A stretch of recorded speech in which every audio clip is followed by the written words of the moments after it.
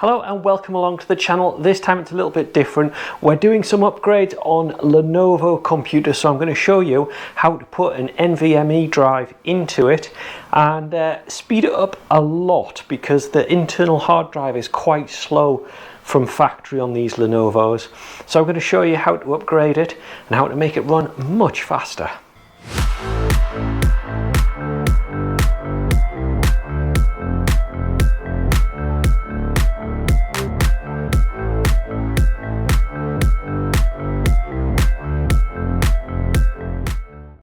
The first thing is, this is the drives that I'm going to be using, NV3 NVMe drives from Kingston. They are 500 gig, which matches what is shipped by default inside these Lenovo units. So let's take one of them out, show you installing the actual memory storage itself, and then I'll show you how to move your Windows 11 from the original hard drive onto this and get it booting up and working. Now this one I'm doing on the ThinkStation from Lenovo, but they're all fairly similar. This one is quite nice. It's built into the display, you can see. So the actual drive itself and the main computer is just attached onto the back of the screen. So I'll just quickly undo all of these. But anyway, we have our Lenovo Thinkcentre, so let's take it apart and I'll show you where to put the drive. First thing we do, unscrew the little retaining screw that's on the back here. Here's what holds the case together. And once that's off, what we can do is we can slide the two components apart like that and lift the top off. Now this gives us access to the main hard drive, but to get to the memory in the NVMe slot, we then turn it upside down and slide this piece. Difficult to do with one hand. Let me see if I can. There we go. Just pops out like that. Take it out, and you can see we've got our memory slot and our NVMe slot. So to do that, you pop the little plastic clip up. That's the locking pin for it, you can see. And then I'm going to put the drive in. The drive itself just clips in. Just make sure it's lined up. Push it so it's all the way in that side. And then drop it down, and it should sit in for the clip nicely. The clip then pushes in, and that's our drive installed. It's as simple as that. Put the case on, and then we can power it up. That's the computer back in. I've also loosened the screw so it can actually slide in on this one.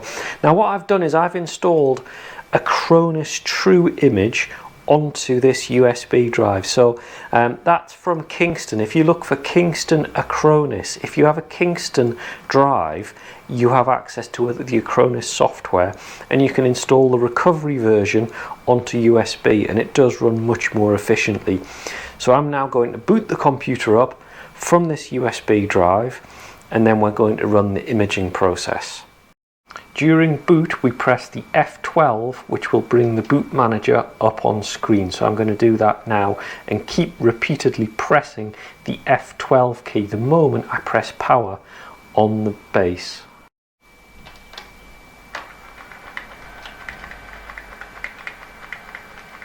Like this. And I now want to go down to the USB drive, which will now allow me to boot the Acronis software. And once the Acronis software is booted up, we go into Tools and the cloning option. I'm not going to run through the full Acronis software, but the bit that I need is Tools, clone the disk, use the automatic, and then you see I can choose the old drive, which is the Western Digital 500 gig. It's now going to analyze the drive, and then it's going to give me the option to write it to the new NVMe drive. and after a few minutes of initializing, it's now asking to choose the destination. If I choose the Kingston drive here, choose next, I'm going to be replacing a disk on this machine. Choose next, and finally click proceed, and then we wait. And this is taking around about 10 to 15 minutes on these computers, which isn't too bad at all. So I'm going to leave this one to run, and then I'll show you the last bits.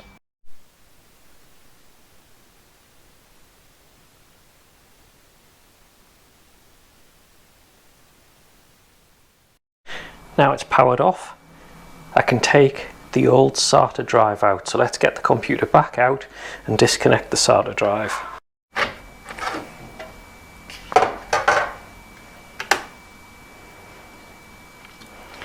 Release the SATA drive. What you do is you pop this little white tab up like that, and you can then disconnect the connector. And if you want, you can then just remove the drive completely and keep it out, because you don't need it anymore. And then you can put the cover back on and power it back up. Now at first boot, you're going to need to make sure the correct partition is set.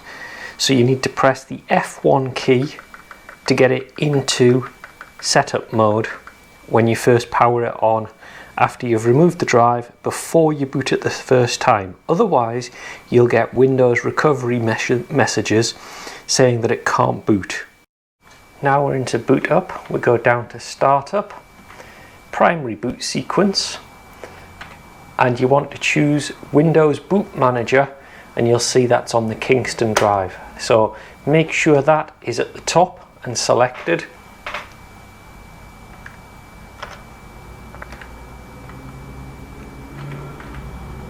And then we can save, exit,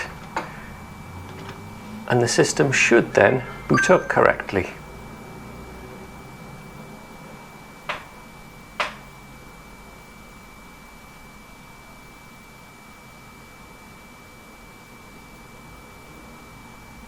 It shows it by the spinning symbol at the bottom, which is going to show the Windows logo, and then boot up.